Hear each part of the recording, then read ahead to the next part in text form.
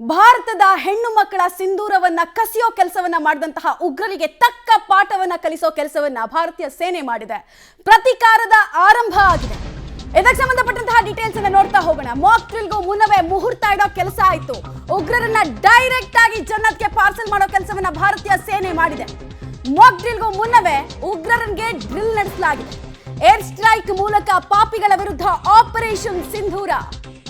ಅಮಾಯಕ ಹಿಂದೂಗಳ ನೆತ್ತರು ಒರೆಸಿದ ಉಗ್ರರ ವಿರುದ್ಧ ಸೇನೆ ಸಿಂಹದ ಮರಿಗಳು ಘರ್ಜಿಸಿದ್ದಾರೆ.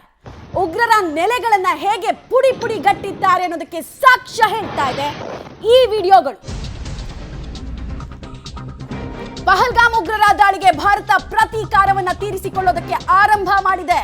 ಇದು ಆರಂಭನೇ ಇಷ್ಟು ಭೀಕರವಾಗಿದೆ ನೋಡಿ.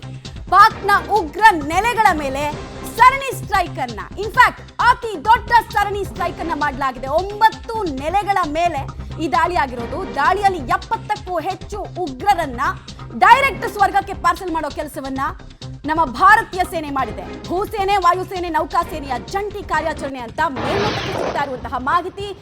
ಎಲ್ಲ ಕಡೆ ಕೇವಲ ಶಬ್ದ ಬರ್ತಾ ಇದೆ. ಮತ್ತೆ ಆ ಬ್ಲಾಸ್ಟ್ಗೆ ಅಲ್ಲಿದ್ದಂತಹ ಜನ ದಿಕ್ಕಾಪಾಲಾಗಿ ಜೀವ ಉಳಿಸ್ಕೊಳ್ಳೋದಕ್ಕೆ ಪ್ರಯತ್ನ ಪಡುವಂತಹ ದೃಶ್ಯವನ್ನ ಕೂಡ ನೀವು ನೋಡ್ತಾ ಇದ್ದೀರಾ. ಭಾರತೀಯ ಸೇನೆಯ ಕ್ಷಾತ್ರ ತೇಜಸ್ಸು ಹೇಗಿದೆ ಅನ್ನೋದಕ್ಕೆ ಸಂಬಂಧಪಟ್ಟಂತಹ ವಿಡಿಯೋ ಇದೆ. ಒಂದೊಂದು ದೃಶ್ಯ ಕೂಡ ನಮ್ಮ ಪ್ರತೀಕಾರ ಹೇಗಿತ್ತು, ರಿವೆಂಜ್ ಹೇಗಿತ್ತು ಅನ್ನೋದನ್ನ ತೋರಿಸ್ತಾ ಇದೆ. ಇಲ್ಲಿ ನೀವು ನೋಡ್ತಾ ಇದ್ದೀರಾ, ಒಂದಷ್ಟು ಜನ ಇದ್ದಾರೆ, ಅವರಲ್ಲಿ ಕೆಲವರು ವಿಡಿಯೋ ಕೂಡ ಮಾಡ್ಕೊಳ್ತಾ ಇದ್ದಾರೆ. ಇದು POK ಭಾಗ ಅಂತ ಹೇಳಲಾಗ್ತಾ ಇದೆ. 9 ಕಡೆ ನೀವು ಪುಲ್ವಾಮಾ ಅಟ್ಯಾಕ್ ಆದಾಗ ನಾವು ಪ್ರತೀಕಾರವನ್ನು ತೀರಿಸಿಕೊಂಡಿದ್ವಿ ಗೊತ್ತಾ, ಅದು ಕೇವಲ ಬಾಲಾಕೋಟ್ನಲ್ಲಿ ಮಾತ್ರ.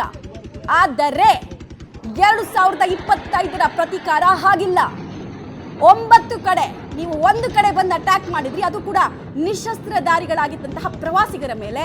ನಾವು ನಿಮ್ಮದೇ ಊರಿಗೆ ಬಂದು 9 ಕಡೆಗಳಲ್ಲಿ ಅಟ್ಯಾಕ್ ಮಾಡಿರೋದು. ಯಾವ ರೀತಿ ರಾಕೆಟ್ ಲಾಂಚರ್ಗಳಲ್ಲಿ ಬೀಳ್ತಾ ಇದ್ದಾವೆ, ಬಾಂಬಿಂಗ್ ಯಾವ ಪ್ರಮಾಣದಲ್ಲಾಗಿದ್ದಾವೆ ಅನ್ನೋದಕ್ಕೆ ಇದು ಉದಾಹರಣೆ. ಇದೆಲ್ಲವೂ ಕೂಡ ಕಟ್ಟಡಗಳು ಪುಡಿ ಪುಡಿ ಆಗೋಗಿದೆ.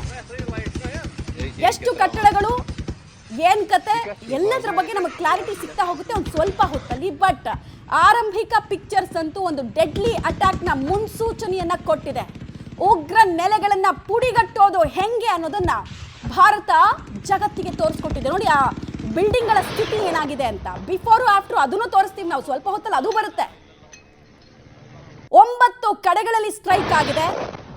ಪ್ರಮುಖವಾಗಿ ಅಜರ್ ಮಸೂದ್, ಇವನು ಜೈಷ್ ಎ ಮೊಹಮ್ಮದ್ ಸಂಘಟನೆಯ ಮುಖಂಡ, ಹಾಗೂ LET ಲಷ್ಕರ್ ಎ ತೊಯ್ಬಾದ ಹಫೀಜ್ ಸಯೀದ್ನ ನೆಲೆಗಳೇನಿದ್ವು ಅದರ ಮೇಲೂ ಕೂಡ ಅಟ್ಯಾಕ್ ಆಗಿದೆ. ಟೋಟಲ್ ಆಗಿ 9 ನೆಲೆಗಳ ಮೇಲೆ ದಾಳಿ ಆಗಿದೆ.